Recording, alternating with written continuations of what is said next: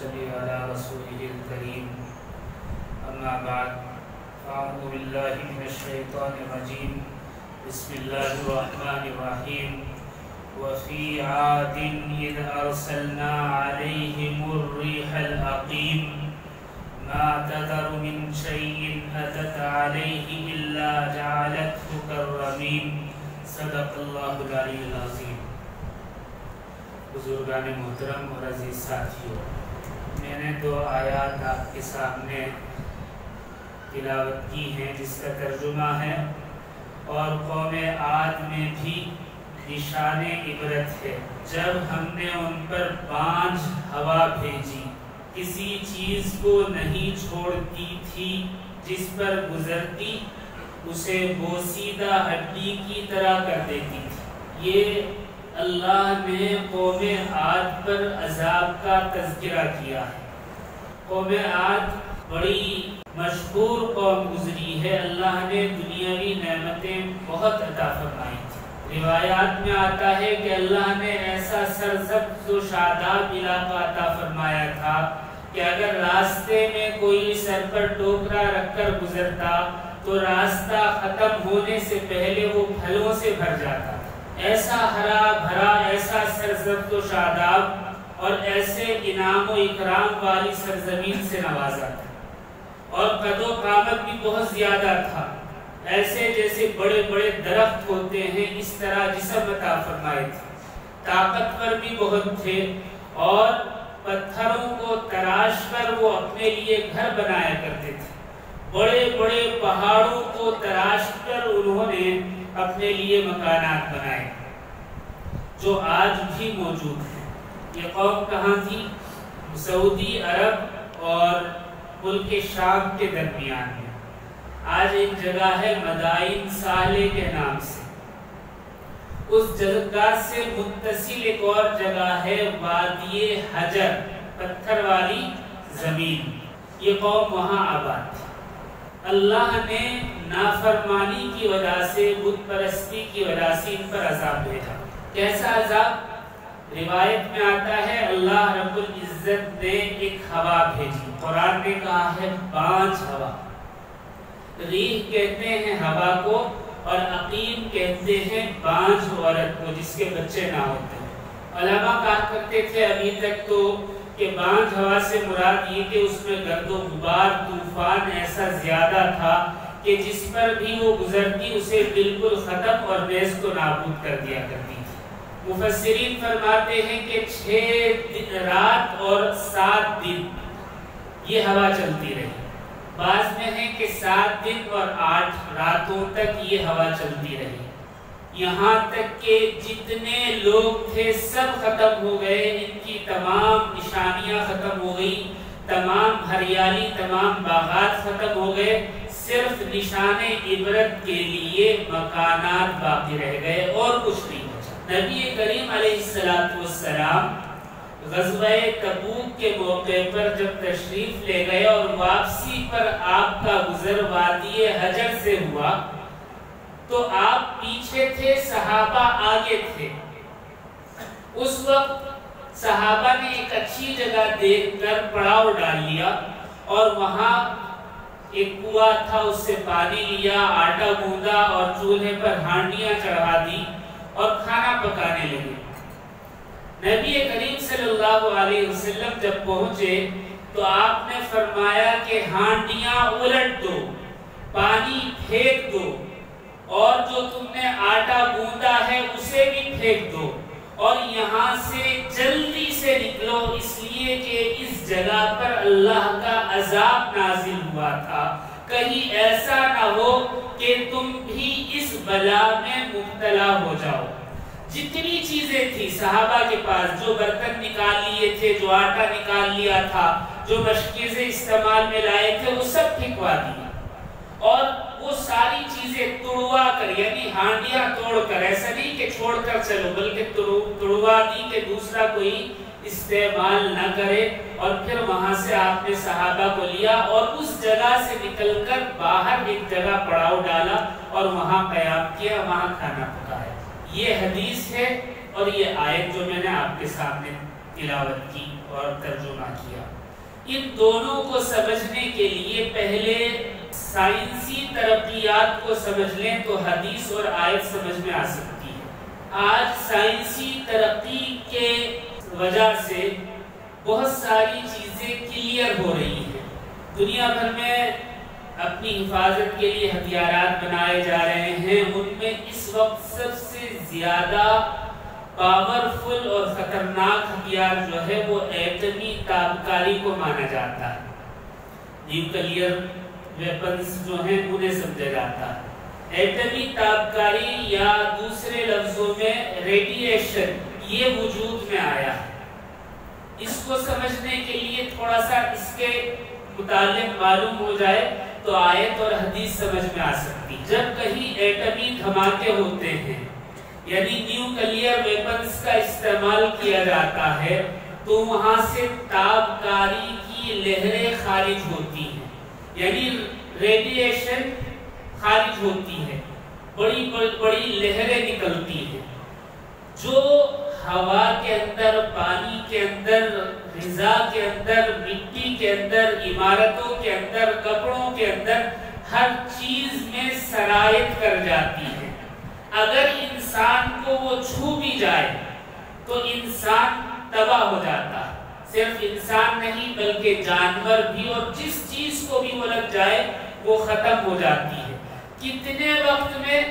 1 second کے اگر 1 million حصے کیے جائیں، اس 1 ملین حصوں میں سے صرف 1 حصے کے بقدر اگر یہ لہریں چھو جائیں کسی کو تو سب کچھ ختم ہو جاتا ہے۔ یہ لہریں کتنی خطرناک ہوتی ہیں؟ انسانی خلیات کے الیکٹرانز جو ہوتے ہیں وہ بالکل ختم اور مار کر ملیا میٹ کر دیتی ہیں یہ لہریں۔ یہ کیا چیز ہے؟ انسانی خلیات کے جو الیکٹرانز، یہ کیا ہے؟ آپس میں مل کر انسانی جسم کو جو خلیات تشکیل دیتے ہیں ان کو الیکٹرانز کہتے ہیں۔ ان کو بالکل سرے سے ختم کر دیتی ہیں یہ لہریں۔ جیسے ہی کسی انسان کو یہ لہر چھوتی ہے، چھوتے ہی 1 سیکنڈ سے پہلے انسانی جسم بھاپ بن کر اڑ جاتا ہے، اتنی تیز ہوتی ہے۔ یہی وجہ ہے کہ آج کے زمانے میں نیوکلیئر ہتھیاروں سے انسان خوف زدہ ہے، خود بنا رہا ہے اور خود خوف زدہ ہے۔ یہ چاہتا ہے کہ میرے پاس ہو اور دشمن کے پاس نہ ہو۔ ساری دنیا میں یہی ہو رہا ہے۔ یہ بہت خطرناک ہوتے ہیں، اور صرف ایسا نہیں کہ انسان کو تباہ کر دیں، جانوروں کو، ہر چیز کو ملیا میٹ کر دیتے ہیں، اور اس کا اثر بہت دنوں تک باقی رہتا ہے۔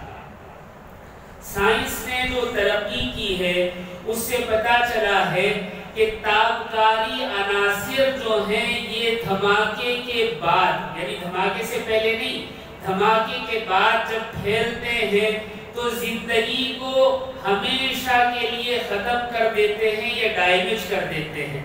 ان ہتھیاروں میں 3 چیزوں کا استعمال زیادہ ہوتا ہے، ایک یورینیم کا، دوسرا تھوریم کا، اور تیسرا ریڈیم کا۔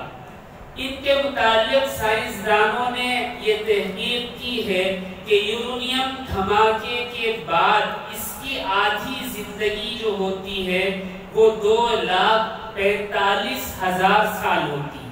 اس وقت تک اس کی تابکاری لہریں باہر نکلتی رہتی ہیں، یعنی نقصان پہنچاتی ہیں۔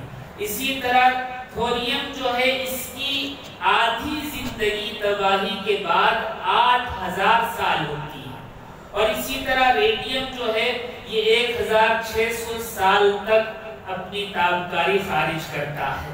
یہ چیز ہو گئی۔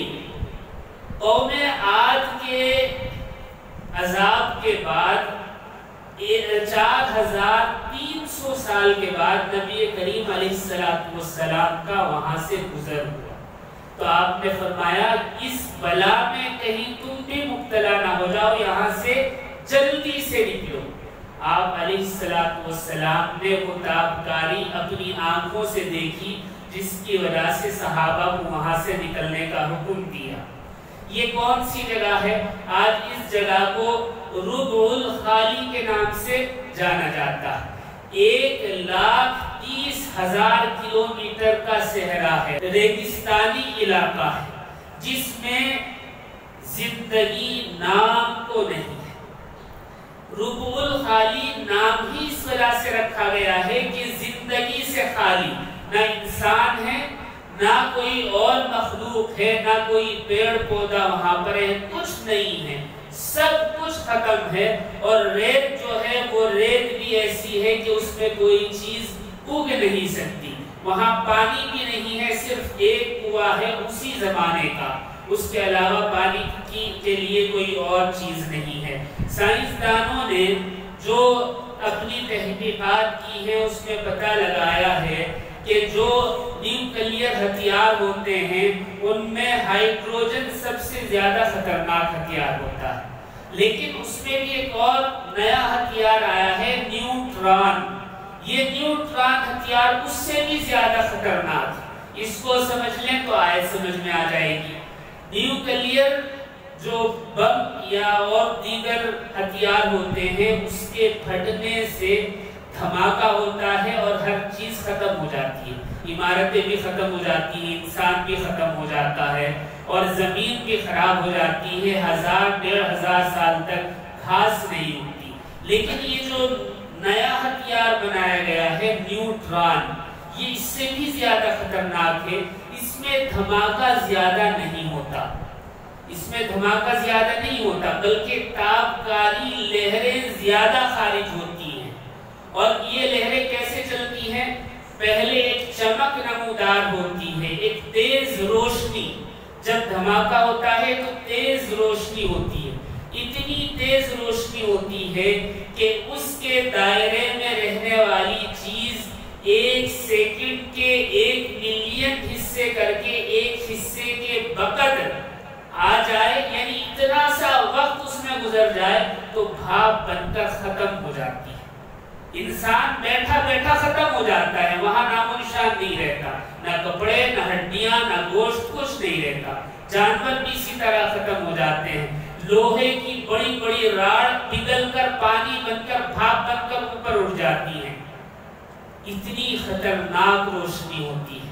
اس کے بعد ایک ہوا چلتی ہے، تیز ہوا، 150 میل فی گھنٹے کی رفتار سے ہوا چلتی ہے، اور اس ہوا کے اندر گرد و غبار بہت زیادہ ہوتا ہے، بڑی بڑی عمارتوں کو ہلا کر رکھ دیتا ہے۔ اس ہوا کے بعد ایک ہوا اور آتی ہے جو آگ کو لے کر چلتی ہے۔ یہ آگ ایسے چلتی ہے جیسے پانی کی لہر چلتی ہے، اور اس آگ کی لہر کے بعد پھر ایک اور جراثیم اور ایسی خلیات اس کے اندر ہوتے ہیں کہ وہ جو باقی ماندہ زندگی ہوتی ہے اس کو ڈیمیج کر کے اس کے اندر تابکاری سرایت کر جاتی ہے، اور یہ صرف 2-4 سیکنڈ میں یا 2-4 منٹ میں ہو جاتا ہے۔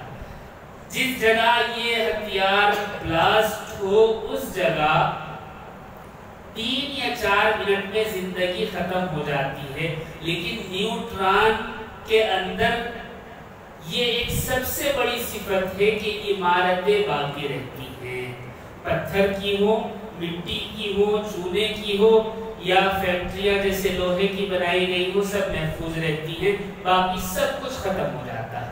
زمین خراب ہو جاتی ہے، پانی خراب ہو جاتا ہے، انسان ختم ہو جاتے ہیں، زندگی ختم ہو جاتی ہے، کپڑوں پر اس کا زیادہ اثر ہوتا ہے۔ اب اس جگہ کو سمجھتے ہیں جس جگہ عذاب آیا تھا، وہاں کی آس پاس کی آبادی اس جگہ کو ربع الخالی کو الحدید کے نام سے جانتی ہے۔ الحدید کہتے ہیں لوہے کے ٹکڑے کو۔ اس جگہ ریسرچ کی گئی تو پتا چلا ریت کے اندر سے، مٹی کے اندر سے بڑے بڑے لوہے کے ٹکڑے نکلتے ہیں۔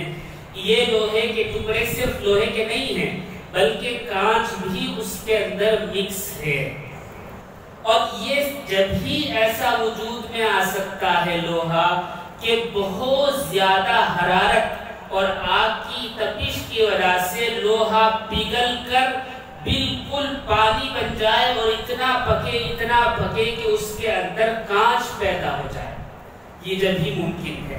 اور اب جو سائنس نے ریسرچ کی ہے اس جگہ پر، وہاں یہ پتا چلا ہے کہ 19ویں صدی میں ایک تباہ شدہ شہر دریافت ہوا۔ اس تباہ شدہ شہر کا نام سائنسدانوں نے ویبر رکھا ہے۔ وہاں سے بہت سارے ٹکڑے نکلے ہیں لوہے کے، جس میں کانچ مکس ہے۔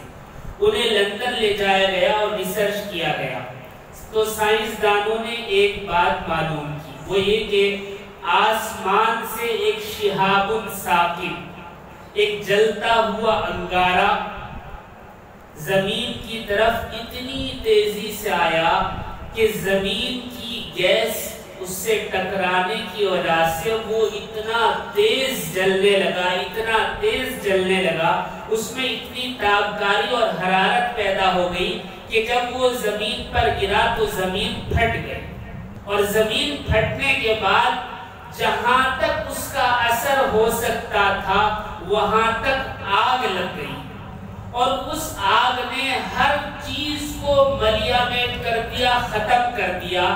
جب یہ آگ ٹھنڈی ہوئی تو ریت اور مٹی پک کر لوہے اور کانچ کے ٹکڑے بن گئے۔ تو وہاں جو ریت پائی گئی ہے وہ ریت عام ریت یا بالو نہیں ہے، بلکہ اس میں کانچ اور لوہے کے باریک باریک ذرات ہیں اور بڑے بڑے لوہے کے پگھلے ہوئے ٹکڑے ہیں۔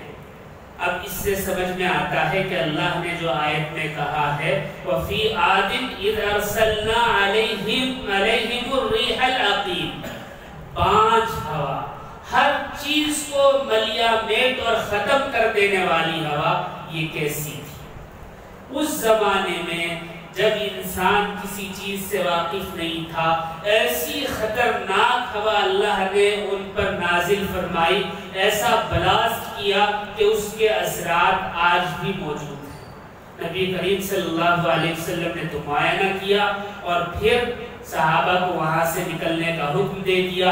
1400 سال کے بعد آج جب اس جگہ ریسرچ کی گئی تو پتہ چل رہا ہے وہ تابکاری ابھی بھی اس عمارت جو انہوں نے بڑے بڑے پہاڑوں کو تراش کر بنائی تھی، 130 عمارتیں موجود ہیں آج بھی، ان سے خارج ہو رہی ہے۔ وہاں جو پانی ہے، جو ایک کنواں ہے اس میں جو پانی ہے، اس پانی میں بھی وہ چیز ہے، اور وہاں کی مٹی میں بھی وہ تابکاری سرایت کر گئی ہے۔ 1,30,000 کلومیٹر کے علاقے میں کہیں بھی کوئی گھاس پھوس نہیں اگتی۔ یہ ہے بانجھ ہوا کا اثر، اللہ نے جو عذاب نازل کیا تھا۔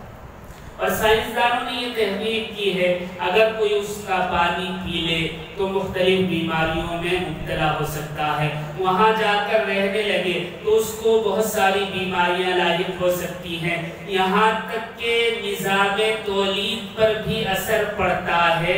اگر بچے پیدا ہوں تو وہ بھی ڈیمیج ہوتے ہیں ایسی جگہ رہنے سے یا اس جگہ کا پانی اور آب و ہوا استعمال کرنے سے۔ سائنسدانوں کا کہنا ہے کہ 50,000 میٹر اوپر آسمان تک یہ آب و ہوا خراب ہو جاتی ہے ساری کی ساری۔ اللہ کا کیسا عذاب تھا، ہم اس کا تصور نہیں کر سکتے۔ قوم عاد پر یہ عذاب کیوں آیا؟ قرآن میں مختلف جگہ آیات آئی ہیں جن کا خلاصہ یہ ہے کہ ان کے کرتوتوں کی وجہ سے ہم نے ان پر یہ عذاب نازل کیا۔ کیسا عذاب؟ جس چیز پر وہ ہوا گزرتی پرانی گلی سڑی ہڈیوں کی طرح بنا دیتی تھی، جیسے سال سے مٹی میں دفن ہڈیاں ہو جاتی ہیں، اس طرح لمحے بھر میں کر دیتی تھی۔ یہ عذاب کیوں آیا؟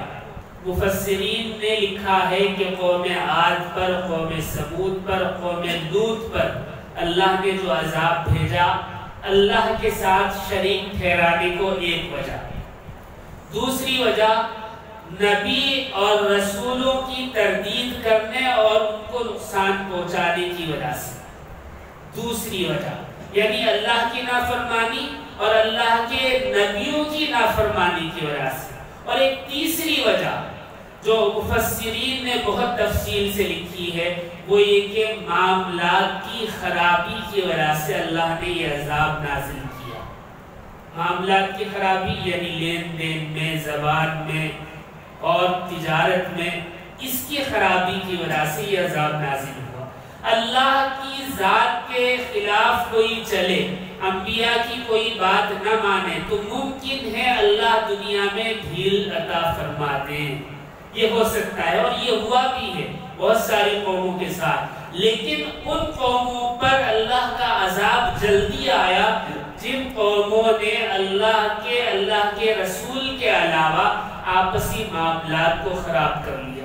مفسرین نے تفصیل لکھی ہے اس میں یہ کہ کم تولنا اور اچھے پیسے لینا، خراب چیز دینا، دھوکہ دینا، جھوٹ بولنا وغیرہ وغیرہ، یعنی تجارت میں، لین دین میں جو معاملات خراب کر لیے، اس وجہ سے اللہ نے ان پر یہ عذاب نازل کیا۔ افسوس کی بات یہ ہے کہ آج ہمارے یہاں بھی یہ چیز آ گئی ہے، بلکہ پچھلی قوموں سے زیادہ ہے۔ ہمارے پاس ٹیکنیک بھی زیادہ ہے، جھوٹ بولنے کی بھی ہے، اور جو ترازو ہے وہ ہمارے پاس ایسے الیکٹرانک ترازو ہیں کہ اس میں کچھ بھی کر سکتے ہیں، دکھاتے کچھ ہیں دیتے کچھ ہیں۔ اور یعنی پہلی قوموں سے زیادہ جھوٹ، مکر و فریب، دغا، کم تولنا، خراب چیز دینا، پیسے اچھے لینا، دھوکہ دینا ہم میں زیادہ ہے۔ لیکن اللہ کا یہ فضل ہے کہ امت محمدیہ کے ساتھ اللہ کا وعدہ ہے کہ اچانک عذاب اس پر نہیں آئے گا۔ یہ جھوٹ ہے، اس کا مطلب یہ نہیں کہ معاف ہو جائے گا، نہیں، معاف نہیں ہوگا۔ اللہ نے چھوٹ دی ہے تو روز آخرت زیادہ پکڑ ہوگی۔ دنیا میں اگر کوئی بچ جائے تو آخرت کا حساب بہت مشکل ہوگا۔ اس کا مطلب یہ نہیں کہ یہاں سے آزادی ہو گئی تو وہاں بھی آزادی ہو جائے گی۔ ہمارے معاملات تو ایسے ہو گئے ہیں کہ حد سے زیادہ خراب، بلکہ تجارت کو یہ سمجھتے ہیں کہ یہ چالاکی ہے اور یہ دانش مندی ہے، یہ عقل مندی ہے، اور اس پر خوش بھی ہوتے ہیں۔ کیسے خوش ہوتے ہیں؟ چند مثال دوں تو بات سمجھ میں آئے گی۔ کوئی برا کرے تو خوش ہوتے ہیں کہ ہم نے ایسا کر لیا، یہ چالاکی دکھائی۔ کسی نے پوچھا کہ حاجی صاحب آپ جو ٹوپی اوڑھ رہے ہیں بہت اچھی ہے، آپ نے کتنے کی خریدی ہے؟ حاجی صاحب یہ ٹوپی آپ جو پہن رہے ہیں بہت اچھی ہے، کتنے کی خریدی؟ تو حاجی صاحب نے کہا بھائی جب میں نے یہ ٹوپی خریدی اس وقت دکاندار دکان پر موجود نہیں تھا۔ سمجھ رہے ہیں؟ یعنی چوری کی ہے، دکان والا دکان پر نہیں تھا، میں اٹھا کر لے آیا۔ حاجی بھی ہے اور ٹوپی بھی اٹھا کر لے آئے۔ اس کو ایسے لفظوں میں ہم کہتے ہیں کہ سمجھنے والا یہ سمجھے بڑی چالاکی دکھائی۔ حاجی صاحب نے کہا اس وقت یہ ٹوپی میں نے خریدی جب دکان والا دکان پر موجود نہیں تھا۔ ایسی باتیں اور بھی ہیں، بہت ساری ہیں۔ ہر چیز میں ہمارے ہاں ملاوٹ ہے، دوائیں اصلی نہیں ہے۔ غذائیوں کی تو بات ہی کچھ اور۔ ایک شوہر اور بیوی میں لڑائی ہو گئی، زبردست لڑائی۔ شوہر نے کہا کہ ایسی زندگی سے مر جانا بہتر ہے، اور دکان پر گیا اور وہاں سے زہر خرید کر لے کر آیا اور زہر پی لیا، پورا کا پورا زہر پی لیا، لیکن مرا نہیں۔ تو بیوی بڑی ناراض ہوئی اور کہا 1000 بار تمہیں سمجھایا ہے صحیح دکان سے صحیح چیز خریدا کرو، پیسے بھی ضائع کرتی ہے اور مرے بھی نہیں۔ یعنی ملاوٹ ایسی اور ہمارے معاملات ایسے، نہ کسی کے حق کا مسئلہ ہے، اللہ کے حق کی بات دوسری، وہ تو دور کی بات ہے، ہم آپسی حق ادا نہیں کرتے۔ بیوی شوہر کو کہہ رہی ہے کہ ایسا زہر لائے جس سے مرے بھی نہیں، پیسے بھی ضائع کرتی ہے، یعنی پیسے کی محبت ہے، شوہر کا کوئی خیال نہیں۔ معاملات ہمارے ایسے۔ ایک اور بات مجھے یاد آئی، ایک آدمی نے قرض لیا ایک آدمی سے 1000 روپے اور کہا کہ بھائی 1 مہینے میں دے دوں گا۔ کہا کہ بھی ٹھیک ہے۔ 1 مہینہ گزر گیا نہیں دیے، 2 گزر گئے نہیں، 3 4 5، 1 سال پورا ہو گیا۔ جب 1 سال پورا ہو گیا تو اس نے کہا کہ بھائی 1 سال ہو گیا ہے، 1 مہینہ کہہ کر 1000 روپے لیے تھے، اب تو دے دے، حد ہوتی ہے۔ اس نے کہا کہ بھائی میرے پاس نہیں ہے، میں نہیں دے سکتا۔ اس نے کہا کہ تو بہانہ کرتا ہے، جھوٹ بولتا ہے۔ اس نے کہا کہ نہیں بھائی میرے پاس نہیں ہے. اس نے کہا کہ نہیں تو جھوٹ بولتا ہے, تیرے پاس ہے, میں نے دیکھا ہے تو خرچ کرتا ہے, لیکن میرا قرض نہیں دیتا. تو مقروض نے کہا کہ چل نہیں دیتا, تجھ سے جو ہو سکتا ہے کر لے, میں تیرا قرض نہیں دوں گا. اب بیچارہ جس نے قرض دیا تھا, قرض خواہ نے کہا ٹھیک ہے بھائی, جب تو نہیں دیتا یوم آخرت اللہ رب العزت کے دربار میں سارا قرض وصول کر دوں. بات صحیح کہی اس نے, لیکن ہمارے معاملات کس طرح کے ہو گئے ہیں میں ایک عام ذہن آپ کو بتاتا ہوں. تو قرض دار نے کہا کہ ٹھیک ہے, اگر یوم آخرت اللہ کے دربار میں تجھے قرض وصول کرنا ہے تو ایک کام کر, 10,000 اور دے دے, وہی لے لے. اس پر ہنسی بھی آتی ہے اور رونا بھی آتا ہے کہ ہمارے معاملات ایسے ہو گئے, بات میں دھوکہ, ہر چیز میں دھوکہ, چیزوں میں دھوکہ, اور معاملات درست نہیں, چوری, اور اوپر سے یہ کہ اللہ کا خوف نہیں. اگر یہ سب چیزیں ہوں تو اللہ کے عذاب سے ڈرنا چاہیے. نبی کریم علیہ السلام کی اس حدیث سے اس آیت کو سمجھنے میں آسانی ملی ہے کہ اس جگہ تابکاری جو عذاب کے اثرات تھے آج تک ہیں, اور آپ نے اپنی آنکھوں سے دیکھا, یہ آپ کا ایک معجزہ تھا. اللہ رب العزت ہمیں سمجھ عطا فرمائے اور صحیح معاملات کی توفیق بخشے اور اپنے عذابات سے حفاظت فرمائے. وآخر دعوانا ان الحمد للہ.